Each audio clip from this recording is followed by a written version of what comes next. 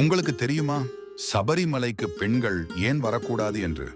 ஐயப்பனுக்கு பெண்கள் பிடிக்காதா என்ற கேள்வி பலருக்கும் வருகிறது. ஆனால் உண்மை அது இல்லை. பெண்களுக்கு மாதவீடாய் காலத்தில் உடலில் உள்ள சக்தி மேலிருந்து கீழ் நோக்கி பாயும் இயல்பை கொண்டது.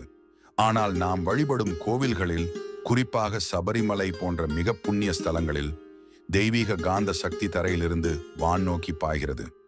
இந்த சக்தியே மனிதனுக்கு ஞானம், அமைதி, ஆன்மீக உயர்வை அளிக்கிறது.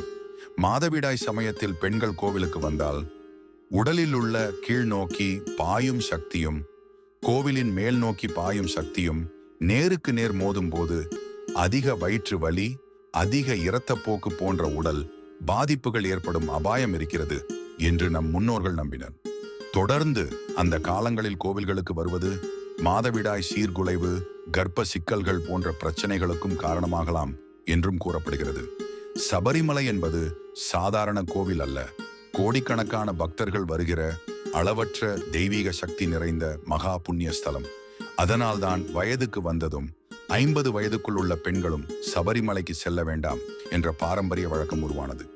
இது பெண்களை இழிவுபடுத்த அல்ல, அவர்களின் உடல் மற்றும் ஆன்மீக நலனை கருத்தில் கொண்டு உருவான ஒரு ஆன்மீக ஒழுக்கமே.